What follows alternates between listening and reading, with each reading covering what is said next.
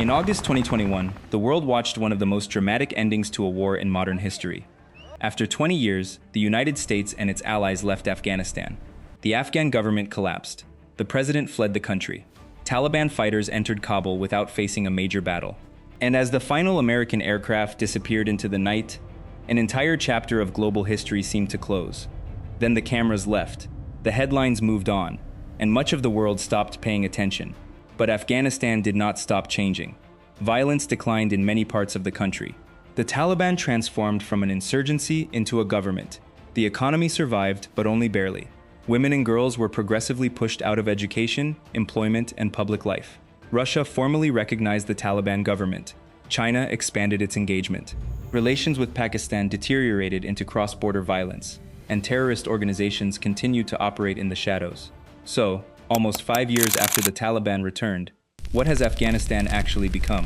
To understand Afghanistan today, we first need to understand how the Taliban came to power. During the 1980s, Afghan resistance groups fought a long war against the Soviet Union and its Afghan allies. After Soviet troops withdrew, the country descended into civil war. Different factions competed for territory, influence, and control of Kabul. Out of that chaos emerged the Taliban. The movement promised to end corruption, disarm rival militias, and restore order. By 1996, it had captured Kabul and established its first Islamic emirate. But Taliban rule was brutal. Public executions were carried out. Minorities were persecuted. Girls were largely excluded from formal education. Women faced severe restrictions on employment, movement, and public participation. The Taliban also provided sanctuary to Osama bin Laden and al-Qaeda. After al-Qaeda carried out the September 11th attacks in 2001, the United States demanded that the Taliban hand over its leaders and dismantle the organization's infrastructure. When that did not happen, a US-led coalition invaded Afghanistan. The Taliban government fell quickly, but the Taliban movement survived. It withdrew into rural areas, crossed into Pakistan, and gradually rebuilt its insurgency.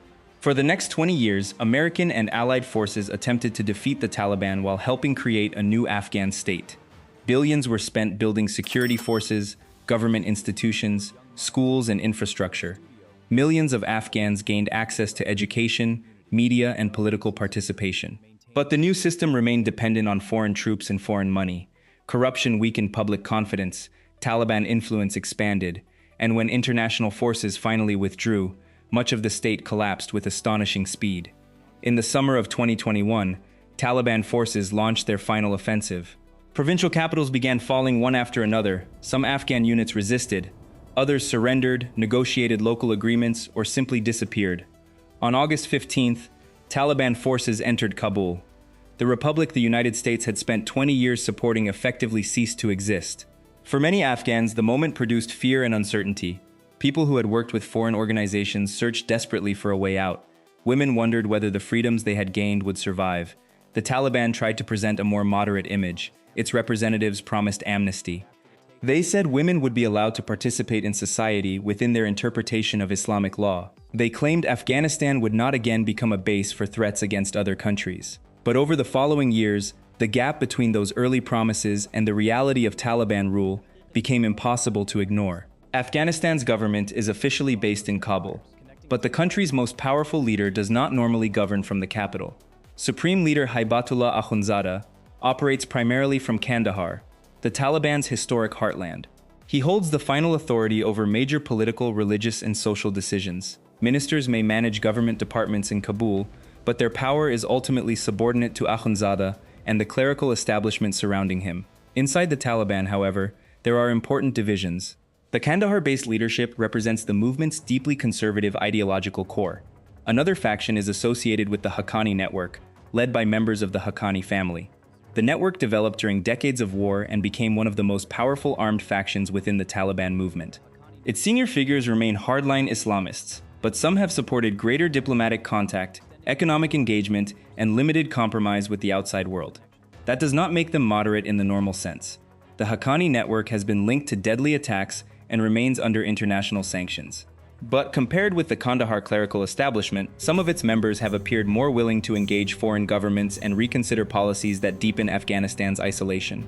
This creates an unresolved contradiction inside the Taliban. To govern successfully, it needs skilled workers, international investment, and diplomatic relationships. But the ideology of its most powerful leaders repeatedly drives away the very people and countries it needs. Since returning to power, Taliban authorities have introduced a growing system of restrictions affecting education, employment, movement, clothing, and access to public spaces. Girls have been prevented from continuing secondary education beyond the permitted level. Women have been barred from universities. Many have been removed from government employment or excluded from working with aid organizations. Women have faced restrictions in parks, gyms, beauty salons, and other public spaces. Their ability to travel freely has been limited. Female journalists, activists, and protesters have faced intimidation, detention, and violence. Afghanistan is now the only country in the world where girls and women are broadly prohibited from secondary and university education as a matter of national policy. This is not simply a cultural disagreement between Afghanistan and the West. Muslim-majority countries, Islamic scholars, and international organizations have repeatedly argued that the education bans have no legitimate religious justification. The restrictions also damage the entire country. Afghanistan already faces shortages of trained doctors, teachers, and public servants. Preventing half the population from studying or working makes long-term development almost impossible. In July 2025, the International Criminal Court issued arrest warrants for Supreme Leader Haibatullah Akhundzada and Chief Justice Abdul Hakim Haqqani. The court said there were reasonable grounds to believe they bore criminal responsibility for persecution on gender grounds as a crime against humanity. Yet the restrictions continued. For millions of Afghan women, the end of the war did not bring freedom. It replaced the dangers of conflict with a system of enforced exclusion. And yet, Afghanistan has also become safer in one important sense. When the Taliban seized power, the nationwide insurgency largely ended because the insurgents had become the government. Major battles between Taliban and foreign-backed Afghan forces stopped. Road travel became possible in areas that had once been divided by checkpoints, ambushes, and front lines. Civilian deaths from conventional warfare fell sharply. That change matters. For many rural Afghans, the reduction in fighting was immediate and real. But stability is not the same as peace. The Taliban have carried out reprisals, arbitrary arrests, and violent crackdowns. ISIS-K, the regional branch of the Islamic State, continues to conduct attacks, especially against Taliban officials, religious minorities, and urban targets. Al-Qaeda and allied organizations also retain a presence, even if their ability to conduct large international operations is debated. Afghanistan is therefore more secure than it was during the final years of the war, but still authoritarian, isolated, and vulnerable to extremist violence. For decades, Pakistan was considered the Taliban's most important external supporter. Elements of Pakistan's security establishment saw the movement as a source of influence in Afghanistan and a counterweight to India. But after the Taliban returned to power, the relationship began to collapse. At the center of the dispute is Tehreek-e-Taliban Pakistan, commonly known as the TTP. The TTP is a separate organization from the Afghan Taliban, but the two movements share ideological, historical, and personal connections. The TTP seeks to overthrow Pakistan's political system and impose its own interpretation of Islamic rule. After 2021, its attacks inside Pakistan increased. Pakistani officials accused Afghanistan's Taliban government of allowing TTP leaders and fighters to operate from Afghan territory. The Taliban denied responsibility or argued that Pakistan's insecurity was an internal matter. Pakistan responded with border closures, deportations, and airstrikes inside Afghanistan. Clashes intensified dramatically in late 2025 and again in 2026. The confrontation exposed the limits of Pakistan's former strategy. It had supported the Afghan Taliban for influence and strategic depth, but the Taliban's victory helped energize a related movement now attacking the Pakistani state. The border between the two countries has become one of the region's most dangerous fault lines. The Taliban insist that Afghanistan will not be used to threaten other countries. The reality is more complicated. The Taliban consider ISIS-K an enemy and have conducted aggressive operations against it. ISIS-K rejects Taliban rule, accuses the movement of abandoning global jihad, and has assassinated Taliban officials. It also retains ambitions beyond Afghanistan. Al-Qaeda has a different relationship with the Taliban. The two movements share decades of history, and international monitors report that Al-Qaeda-linked figures continue to benefit from a permissive environment. The discovery of Al-Qaeda leader Ayman al-Zawahiri in a Kabul residence in 2022 severely damaged Taliban claims that the organization was no longer being sheltered. The current external threat from core Al-Qaeda may be weaker than it was before 2001, but Afghanistan remains home to a complicated network of armed organizations. The Taliban defeated a government, They did not eliminate the militant ecosystem created by more than 4 decades of war. Afghanistan's isolation has created an opportunity for other powers. On July 3, 2025, Russia became the first country to formally recognize the Taliban government. For Moscow, engagement offers influence in Central Asia, access to economic opportunities, and cooperation against ISIS-K. There is also historic symbolism. The Soviet Union fought a disastrous war in Afghanistan during the 1980s. Decades later, Russia became the first state to formally accept the Taliban's new government. China has taken a more cautious approach. Beijing maintains diplomatic relations, discusses mining and infrastructure projects, and views Afghanistan as a potential part of wider regional trade networks. China is interested in the country's mineral resources and wants stability near its western border. But Chinese companies remain wary.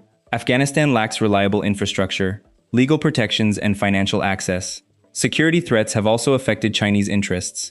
Iran, Qatar, the United Arab Emirates, and Central Asian governments maintain varying levels of contact with Taliban authorities. Most of these countries do not approve of every Taliban policy. They engage because Afghanistan cannot be ignored.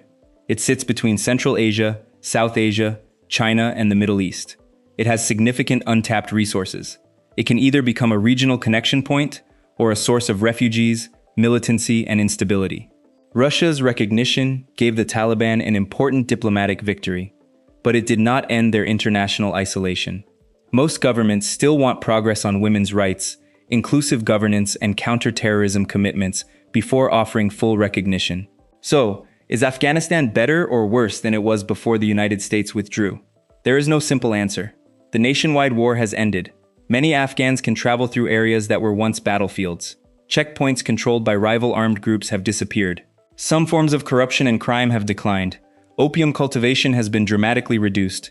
But those changes came under an authoritarian system that denies basic freedoms, suppresses dissent, and excludes women and girls from much of public life. The economy has stabilized enough to avoid total collapse, but it cannot provide a secure future for much of the population. Terrorist groups have been weakened in some areas, but they have not disappeared. Foreign armies are gone, but Afghanistan is still shaped by outside powers, from Russia and China to Pakistan, Iran, and the Gulf states. The United States spent 20 years trying to transform Afghanistan. The Taliban spent those same 20 years waiting to return. Today, they control the country more completely than they did before 2001.